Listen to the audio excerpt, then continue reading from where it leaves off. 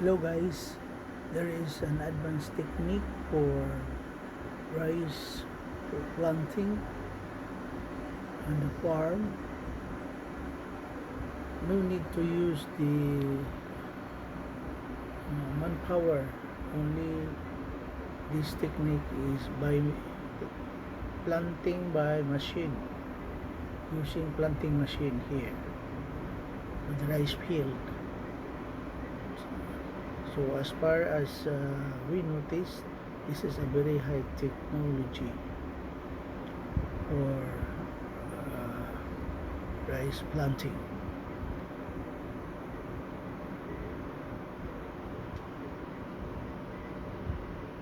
Very snappy and immediate comparing to the manpower force planting.